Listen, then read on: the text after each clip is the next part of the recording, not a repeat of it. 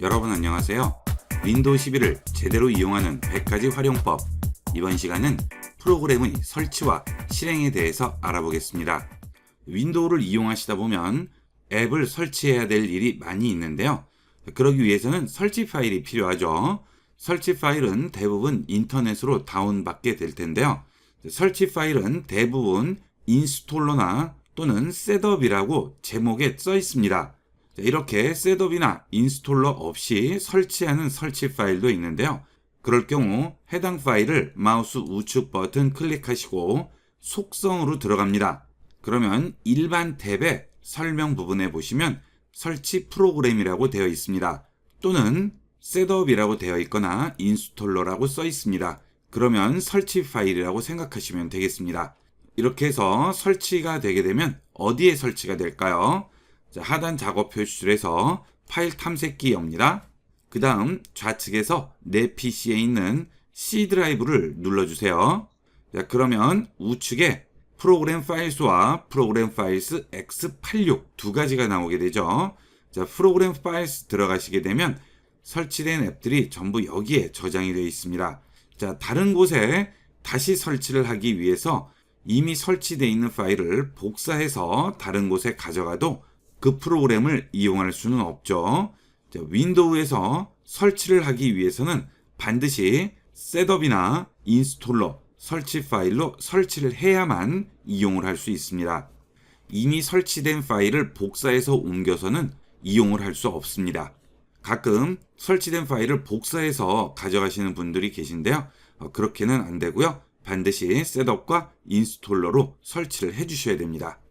당연히 이 프로그램 파일스 폴더 안에 있는 것들을 지우게 되면 그 프로그램은 이용을 할 수가 없겠죠.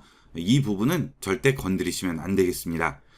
그 다음 프로그램 실행은 윈도우 시작 버튼을 누르시면 기본 앱들이 나오게 되죠. 여기서 모든 앱을 누르시면 내 컴퓨터에 설치되어 있는 모든 프로그램들을 확인할 수 있고요. 실행할 수 있습니다.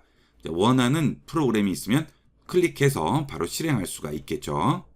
프로그램 시작을 위해서 매번 윈도우 시작 버튼 누르고 들어와서 실행하기 복잡한 경우에는 해당 프로그램을 마우스 좌측 버튼 클릭하시고 드래그 하셔서 바탕화면으로 빼놓으시게 되면 바로가기가 생성됩니다. 이 바로가기는 프로그램과 상관없이 프로그램을 실행하기 위한 경로값만 저장이 되어 있기 때문에 용량을 거의 차지하지 않고요. 더블 클릭해서 간단하게 프로그램을 실행할 수 있다는 장점이 있습니다. 앞서 말씀드린 대로 프로그램에 전혀 영향을 주지 않기 때문에 필요 없으시면 언제든지 휴지통에 버려서 지우실 수 있겠습니다. 이렇게 지우셔도 해당 앱에는 아무 영향이 없어요. 안심하고 이용하셔도 되겠습니다. 자, 그 다음 C 드라이브에 보시면 프로그램 파일스가 있고요. 프로그램 파일스 X86 두 가지가 있습니다. 자, 두 개 다 프로그램이 설치되는 폴더인데요. X86은 32비트용 프로그램이고요. 그냥 프로그램 파일스만 써 있는 것은 64비트용 앱이 되겠습니다. 자, 여러분들 OS가 32비트 OS일 경우에는 X86에 설치가 되겠고요. 여러분 OS가 64비트 OS일 경우에는 프로그램 파일스에 설치가 되겠죠. 자, 64비트 OS더라도 프로그램 자체가 32비트밖에 지원을 하지 않는다면 X86 폴더에 설치가 됩니다. 자, 그러면 여러분 OS가 64비트인지 32비트인지 확인하는 방법은 윈도우 시작 버튼 누르시고 설정 들어갑니다. 그 다음 좌측에서 시스템 눌러줍니다. 그리고 제일 아래로 내려가시면 정보라고 있죠. 여기에 들어가시게 되면 여러분 OS가 몇 비트인지 확인할 수 있습니다. 64비트와 32비트의 차이는 동시에 몇 개를 처리할 수 있느냐의 차이가 되겠습니다. 예를 들면 32비트는 한 번에 32개의 일을 처리할 수 있는 반면 64비트는 한 번에 64개의 일을 처리할 수 있죠. 자, 당연히 동시에 여러 개를 처리할 수 있기 때문에 이 64비트 운영체제가 좀 더 안정적이고 속도도 좀 더 빠르게 되겠습니다. 윈도우 11에는 윈도우 11 홈 버전과 윈도우 11 프로 버전 두 가지가 있는데요. 홈 버전은 64비트와 32비트 두 가지 종류가 있습니다. 되도록이면 64비트가 좋겠죠. 하지만 32비트가 설치되어 있을 경우 64비트로 전환을 할 수는 없습니다. 두 가지는 아예 시스템 체계 자체가 다르기 때문에 32비트를 쓰시는 분이 64비트를 쓰기 위해서는 새로 설치를 해주셔야 되겠죠. 32비트를 쓰더라도 일반적인 컴퓨터 이용에는 지장이 없으니까 안심하고 쓰셔도 되겠고요. 여러 가지 다양한 작업을 한다든지 그래픽 작업, 3D 작업 이런 것을 할 경우에는 64비트가 권장이 되죠. 본인 용도에 맞춰서 이용을 하셔야 되겠습니다. 그 대신 64비트 OS를 이용하기 위해서는 프로세서도 64비트를 지원을 해야 되고요. 컴퓨터에 장착된 메모리도 16기가 정도는 설치가 되어 있어야 됩니다. 참고하도록 하세요. 이렇게 해서 이번 시간은 윈도우 11에서 프로그램을 설치하는 방법과 실행에 대해서 알아봤습니다. 윈도우 11을 제대로 이용하는 100가지 활용법. 이번 시간은 컴퓨터와 윈도우를 구동하기 위해 필수적인 드라이버를 설치하는 방법을 알아보겠습니다. 컴퓨터를 구성하는 가장 중요한 부품인 이 메인보드에는 CPU와 그래픽카드를 장착하게 되고, 이 메인보드에 인터넷에 연결하기 위한 네트워크 관련 부품과 사운드를 들을 수 있는 사운드 관련 부품이 전부 포함이 되어 있습니다. 그런 장치들이 구동이 되려면 드라이버라는 프로그램이 설치가 되어 있어야 윈도우에서 그 부품들을 인식을 할 수 있습니다. 즉, 드라이버는 윈도우가 하드웨어적인 부품들을 인식할 수 있게 만들어주는 프로그램이라고 할 수 있죠. 그래서 드라이버는 반드시 설치가 되어 있어야 되는데요. 이렇게 CPU가 장착되면 이 CPU를 인식하기 위한 드라이버도 있어야 되고요. 그것을 칩셋이라고 부릅니다. 그 칩셋 드라이버가 설치가 되어 있어야 되고, 메모리가 설치되어 있으면 메모리를 인식할 수 있는 드라이버라든지 저장 장치인 SSD가 설치되면 그런 것들을 인식할 수 있는 드라이버, 메인보드에 포함되어 있는 사운드 카드를 인식하는 드라이버, 모니터로 출력을 하도록 만들어주는 이런 그래픽 카드 드라이버, 이런 것들을 전부 설치를 해주셔야 되는데요. 그러기 위해서는 각각의 정확한 부품명을 알아야만 설치를 할 수 있죠.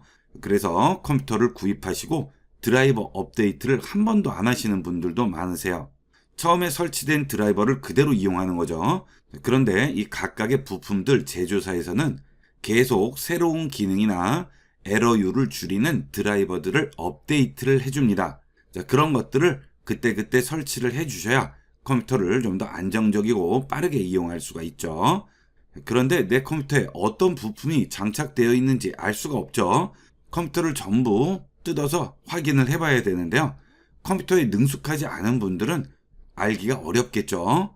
그래서 이번 시간은 3D 칩이라는 드라이버를 자동으로 설치해주고 자동으로 찾아주는 앱을 알아보겠습니다.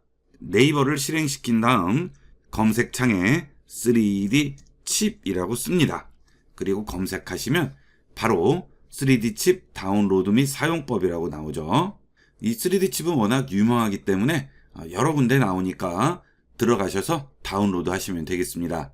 이 프로그램은 무료 프로그램이기 때문에 광고들이 좀 나옵니다.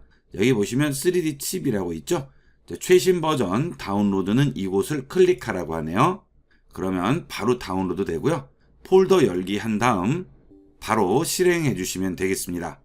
이 3D 칩은 설치할 필요가 없이 그냥 바로 실행이 되는 실행 파일이에요. 설치할 필요가 없습니다.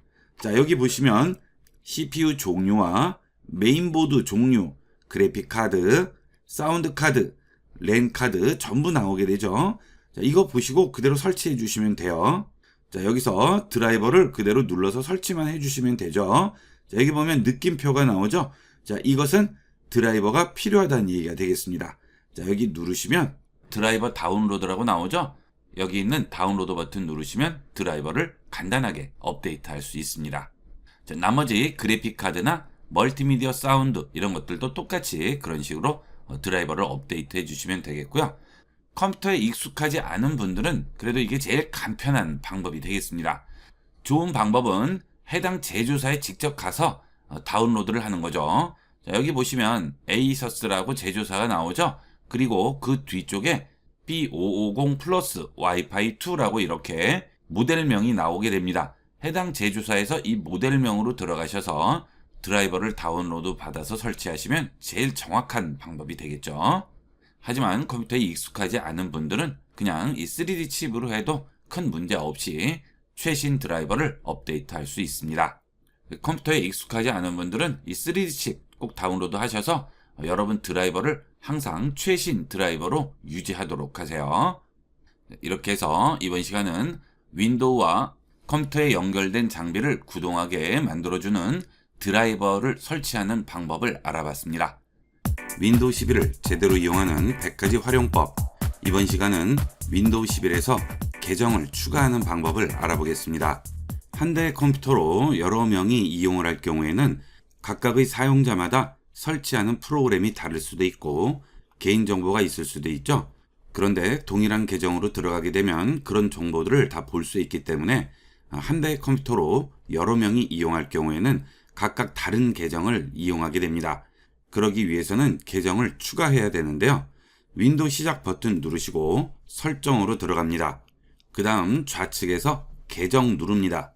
그리고 우측에서 아래쪽으로 내려가면 다른 사용자라고 있죠. 여기로 들어갑니다. 그러면 다른 사용자 추가에 계정 추가 버튼이 나오게 됩니다. 계정 추가 누릅니다. 그러면 마이크로소프트 계정을 입력하는 창이 나오게 됩니다. 윈도우 계정을 만드는 방법은 두 가지가 있는데요. 하나는 마이크로소프트 계정을 이용을 해서 윈도우 계정을 생성하는 방법이고요. 두 번째는 마이크로소프트 계정 상관없이 로컬 계정을 만드는 방법이 되겠습니다. 로컬 계정은 마이크로소프트와 상관없이 내 컴퓨터에서만 이용할 수 있는 계정이 되겠죠. 만약 마이크로소프트 계정을 이용해서 윈도우 계정을 생성할 경우 입력칸에 마이크로소프트 계정, 즉 이메일 주소를 써주시면 되겠고요. 그렇지 않고 이 컴퓨터에서만 이용하는 계정을 생성할 경우에는 이 사람의 로그인 정보를 가지고 있지 않습니다 버튼을 클릭합니다. 그 다음 동의함에 있는 체크를 해주셔야 되는데요. 바로는 체크할 수 없고 자세히를 누른 다음 내용을 전부 확인을 해야만 체크를 할 수 있습니다. 전부 자세히를 눌러서 내용을 확인을 하시고 뒤로 버튼을 누르시면 체크가 됩니다. 동의합니다. 그 다음 마이크로소프트 계정 없이 사용자 추가를 선택합니다. 그러면 사용자명과 암호를 입력하게 되면 바로 계정을 생성할 수 있습니다. 전부 입력하신 다음 아래로 내려가시면 비밀번호를 잃어버린 경우 보안 질문을 입력하게 되는데요. 이 부분은 필수가 되겠습니다. 보안 질문은 세 가지를 전부 입력하셔야만 다음으로 넘어갈 수 있습니다. 다음 누릅니다. 자, 그러면 로컬 계정이라는 계정이 하나가 생성됐죠. 자, 이제 윈도우 시작 버튼 누르시고 전원 버튼 누르신 다음 잠금을 선택하면 지금 로그인된 계정에서 로그 아웃이 되게 되겠죠. 그 다음 지금 생성한 계정으로 다시 로그인을 할 수 있습니다. 컴퓨터를 시동할 때도 마찬가지가 되겠죠. 자, 이렇게 이용하면 한 대의 컴퓨터를 여러 사람이 여러 대의 컴퓨터를 이용하듯이 사용할 수가 있겠습니다. 자, 그 다음 생성한 계정을 삭제를 해보도록 하겠습니다. 자, 지금 생성한 로컬 계정 옆에 있는 화살표를 누릅니다. 그러면 계정 및 데이터라고 나오고요. 제거 버튼이 보이시죠? 자, 여기서 제거를 해주게 되면 생성한 계정에서 설치한 프로그램이라든지 웹 브라우저의 북마크라든지 임시 파일이라든지 그런 관련된 것들이 모두 삭제가 되게 됩니다. 제거해 보겠습니다. 그러면 계정 및 데이터를 삭제할지 물어보죠. 계정 및 데이터 삭제합니다. 자, 바로 삭제가 되겠죠. 그 대신 그렇게 삭제된 관련 데이터들은 다시 살릴 수 없습니다. 신중하게 선택을 하셔야 되겠습니다. 이렇게 해서 이번 시간은 윈도우 11에서 계정을 추가하고 삭제하는 방법을 알아봤습니다. 윈도우 11을 제대로 이용하는 100가지 활용법. 이번 시간은 윈도우 배경과 테마 설정에 대해 알아보겠습니다. 바탕화면에 마우스 우측 버튼 누릅니다. 그리고 개인 설정으로 들어갑니다. 그러면 개인 설정 창이 나오게 되는데요. 여기서 배경화면과 테마를 설정할 수 있습니다. 우선 가장 간단하게 이용하는 방법은 윈도우에 기본적으로 적용할 테마가 만들어져 있습니다. 지금 6개의 기본 테마가 보이게 되죠. 자, 적용할 테마를 눌러보면 원하는 테마를 적용해서 이용할 수도 있고요. 그 다음 내가 직접 설정할 수 있죠. 아래쪽에 있는 배경에서 내가 원하는 사진이라든지 배경색을 지정을 할 수 있습니다. 자, 배경 들어갑니다. 그러면 배경 개인 설정에서 배경 화면을 지정을 할 수 있습니다. 자, 현재 윈도우스 추천으로 되어 있는데요. 자, 이걸 누르시게 되면 사진 단색 슬라이드쇼 윈도우 추천 4가지가 나오죠. 자, 우선 사진을 선택하게 되면 내가 원하는 사진을 배경으로 설정할 수 있습니다. 자, 이 사진은 내 컴퓨터에 저장되어 있는 사진을 이용할 수 있겠죠. 그리고 윈도우에서 기본 제공하는 사진을 이용할 수도 있습니다. 자, 지금 여기에 보시면 윈도우에서 기본 제공하는 사진들이 이렇게 나와 있고요. 제 컴퓨터에 저장된 사진도 들어와 있죠. 자, 이렇게 선택을 하시면 바로 해당 사진으로 바뀌게 되겠고요. 그 외의 사진은 아래쪽에 있는 사진 찾아보기를 누르시고 컴퓨터에 저장되어 있는 원하는 사진을 선택해서 배경화면으로 지정할 수도 있습니다. 자, 그 다음 사진을 누르시면 단색이라고 나오죠. 자, 저는 지금 단색으로 설정을 해놨었는데요. 자, 보면 여러 가지 기본 단색들이 들어와 있죠. 이런 배경색들을 이용을 해서 윈도우에서 제공하는 기본 단색으로 배경색을 설정할 수도 있고요. 그 아래에 보면 사용자 지정색이라고 있죠. 자, 색 보기를 누르시면 내가 직접 컬러를 만들어 줄 수도 있습니다. 자, 이런 식으로 원하는 단색으로 배경화면을 설정할 수 있습니다. 자, 그 다음 슬라이드 쇼의 경우에는 내 컴퓨터에 저장되어 있는 사진을 계속 슬라이드 쇼 식으로 보여주면서 배경화면을 바꿀 수 있습니다. 자, 이 경우 간격을 지정할 수 있죠. 30분은 30분마다 내가 지정한 사진들이 바뀌게 됩니다. 여기를 누르시게 되면 시간은 내가 원하는 대로 바꿀 수가 있겠죠. 자, 이 슬라이드 쇼를 이용할 경우에는 바탕화면에 폴더를 하나 만들어 놓고 거기에 슬라이드 쇼 할 사진들을 전부 넣어 주시면 되겠습니다. 자, 바탕화면 마우스 우측 버튼 클릭하시고 새로 만들기에 들어가셔서 폴더로 들어가서 폴더를 하나 생성을 합니다. 이름은 배경화면으로 써주시면 되겠죠. 이렇게 배경화면으로 쓴 다음 이 안에 슬라이드 쇼로 보여질 사진들을 전부 넣어주시고요. 찾아보기 누르신 다음 배경화면 선택하시고 이 폴더 선택하시면 그 안에 들어가 있는 사진들이 슬라이드 쇼로 나오게 되겠습니다. 자, 위치는 꼭 배경화면에 놓지 않고 이런 드라이브 안에 넣으셔도 상관없습니다. 자, 그 다음 배경 아래에 보시면 테마라고 있죠? 테마로 들어갑니다. 그러면 배경과 컬러, 소리, 마우스 커서를 지정할 수 있습니다. 자, 이게 테마의 기본 요소가 되겠습니다. 자, 테마를 바꿔볼까요? 자, 색을 누르고 들어갑니다. 자, 아래로 내려가시게 되면 지금 기본 컬러가 파란색으로 되어 있죠? 자, 이 기본 컬러를 붉은색으로 바꿔볼게요. 자, 그러면 이렇게 켬 버튼이 붉은색으로 바뀌었죠? 그리고 이런 아이콘 표시하는 컬러들, 그 다음 열린 창 컬러들 이런 것들이 전부 붉은색으로 바뀌게 됩니다. 자, 그리고 설정 부분에 보셔도 이런 표시 부분이 전부 붉게 바뀌게 되겠죠. 원래대로 짙은 남색으로 바뀌면 이렇게 켬 버튼이라든지 이런 표시들도 전부 파란색으로 바뀌게 되겠죠. 원하시면 붉은색으로 바꿔서 좀 더 눈에 띄게 이용할 수가 있겠습니다. 자, 그 다음 소리 기본값이죠. 자, 지금 현재 소리는 윈도우 기본값으로 정의가 되어 있는데요. 이 윈도우 기본값들을 전부 바꿔줄 수 있습니다. 자, 예를 들어서 경고 메시지 선택하고 테스트 해보겠습니다. 이런 소리가 나오죠. 자, 그 다음 기본 경고음 마찬가지죠. 자, 이런 소리들을 다른 소리로 바꿀 수가 있어요. 여러 가지가 있죠. 여러분이 원하는 소리로 바꿔주시면 되겠습니다. 윈도우 스팅으로 바꿔볼까요? 자, 그 다음 테스트 해보면 이런 소리로 나오겠죠? 자, 여기 있는 각각의 이벤트마다 원하는 소리를 따로 지정을 해서 좀 더 알기 쉽게 만들어 줄 수 있겠죠? 자, 예를 들어 알림의 경우 테스트 해보면 이런 소리가 알림인데요. 자, 좀 더 알기 쉽게 바꾸고자 한다면 여기를 눌러서 다른 소리로 바꿔주시면 알림 소리를 좀 더 알기 쉽게 만들 수가 있습니다. 이런 소리면 알림을 좀 더 알기가 쉽겠죠. 이런 식으로 다양하게 알림 소리를 바꿔줄 수 있습니다. 그 외에도 윈도우에 나오는 기본 소리들을 전부 바꿔줄 수 있습니다. 자, 그 다음 마우스 커서죠. 들어가 보겠습니다.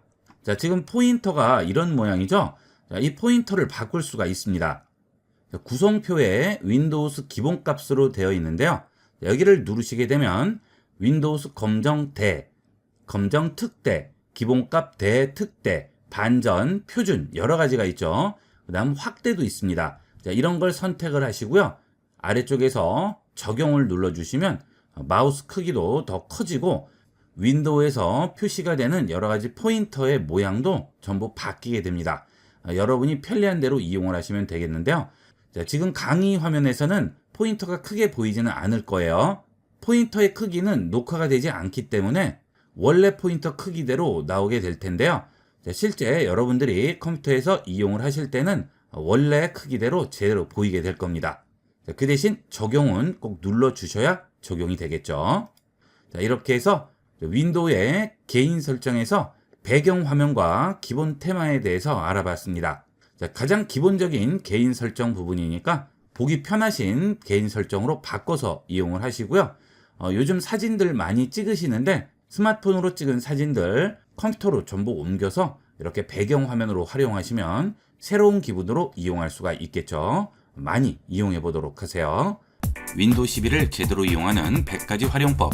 이번 시간은 컴퓨터를 켜고 끄고 절전 모드로 전환하는 방법과 로그아웃, 로그인하는 방법을 알아보겠습니다.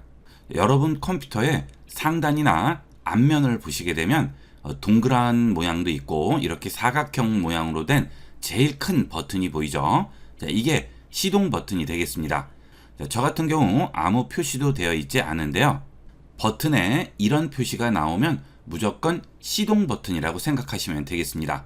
자, 컴퓨터의 시동 버튼 모양은 이 모양이라고 생각하시면 돼요. 그 다음은 리셋이 있죠. 자, 보통 시동 버튼은 크고요. 리셋 버튼은 작습니다. 리셋은 갑자기 컴퓨터가 멈췄다든지 파란 에러 화면이 떴다든지 더 이상 작동이 되지 않을 경우에 이 리셋 버튼을 이용하면 재시동을 시킬 수 있습니다. 보통 재시동을 시키실 때 뒷면에 코드를 뽑는 분들이 계신데요. 굉장히 위험하죠. 컴퓨터의 전원 부분이 손상이 될 수 있기 때문에 컴퓨터가 멈췄을 때 재시동을 하실 경우 반드시 이 리셋 버튼을 이용해서 재시동하도록 하세요. 자, 그 다음 하단 작업 표시줄에 있는 윈도우 시작 버튼을 누릅니다. 자, 이렇게 창문 모양으로 되어 있는 버튼이 윈도우 시작 버튼이죠. 그러면 윈도우 시작 창이 열리게 되는데요. 앞서 본 전원 버튼 모양이 여기에 보이죠? 자, 이걸 누르시게 되면 시스템 종료가 있죠. 자, 그 다음 시스템 다시 시작이 있습니다. 앞서 설명드린 리셋이 다시 시작이 되겠습니다. 자, 여기 있는 다시 시작은 컴퓨터가 느려졌다든지 잦은 에러가 있을 경우 재시동을 한번 해주면 컴퓨터가 좀 더 빨라지게 됩니다. 그래서 그런 경우에는 다시 시작을 하고요. 앞서 하드웨어적으로 다시 시작 버튼을 누르는 것은 컴퓨터가 아예 멈췄을 때죠. 두 개의 차이가 되겠습니다. 자, 그 다음에 컴퓨터를 켤 때는 시동 버튼을 앞서와 같이 누르지만 종료를 할 때는 반드시 여기서 종료를 해주셔야 되죠. 컴퓨터가 켜진 상태에서 이 시동 버튼을 계속 누르고 있어도 컴퓨터가 꺼지게 되는데요. 되도록이면 윈도우 시작 버튼을 누르고 여기서 종료를 해주는 게 좋죠. 시동 버튼을 눌러서 끄게 될 경우 하던 작업이 저장되지 않는 경우도 있고요. 설치된 프로그램들이 서로 꼬여서 에러가 생기는 경우도 있습니다. 종료는 꼭 윈도우 시작 버튼을 누르시고 하도록 하세요. 자, 그 다음은 절전 모드가 되겠죠. 이 절전 모드는 잠깐 이용하지 않을 경우 절전을 하게 되면 컴퓨터가 절전 모드로 들어가기 때문에 전원 소비를 하지 않겠죠. 그리고 잠시 후에 컴퓨터를 다시 이용하실 때는 마우스나 키보드를 조금만 움직이셔도 바로 앞서 작업하던 상태로 돌아오게 됩니다. 그 다음 잠금 상태죠. 이 잠금 상태는 하나의 컴퓨터를 여러 명이 쓸 경우 각각마다 다른 계정을 갖게 됩니다. 자, 그 경우 내가 컴퓨터를 이용할 때 여러 번 앱이라든지 방문했던 사이트 같은 것들을 다른 사람이 보면 안 되겠죠. 그렇게 여러 명이 하나의 컴퓨터를 이용할 경우 잠금을 해주시게 되면 내 계정은 로그아웃이 되고요. 다른 사람이 컴퓨터를 이용할 때는 그 사람 계정으로 다시 로그인을 해주셔야 되는 거죠. 자, 이런 식으로 컴퓨터를 끄거나 켜고 재시동하고 로그인, 로그아웃, 절전 모드로 이용하게 됩니다. 컴퓨터 사용 시에 가장 기본적인 부분이라고 할 수 있겠습니다. 이번 시간은 여기까지 하도록 하겠습니다. 감사합니다. 컴퓨터 기초 및 스마트폰 사용법, 엑셀, 프레젠테이션, 한글 문서 작성, 오피스, 포토샵 디자인, 코딩, 프로그래밍 자격증 등을 좀 더 체계적으로 배우시기를 원하시는 분들은 영상 하단에 쇼핑몰 버튼을 클릭하시게 되면 다양한 종류의 강의 목록을 확인할 수 있고, 자세히 보기 버튼을 누르시고 좀 더 자세한 강의 내용들을 살펴볼 수 있습니다. 쇼핑몰에서 강의를 주문하시게 되면 주문하신 강의 과정 전체를 이메일로 보내드립니다. 예를 들어 포토샵 2024 초보자도 쉽게 배우는 실무의 완전 활용 강좌의 경우 해당 강좌를 선택하시게 되면 과정별 핵심 주제에 대한 설명과 자막이 포함된 실제 강의 스크린샷을 자세히 살펴볼 수가 있습니다.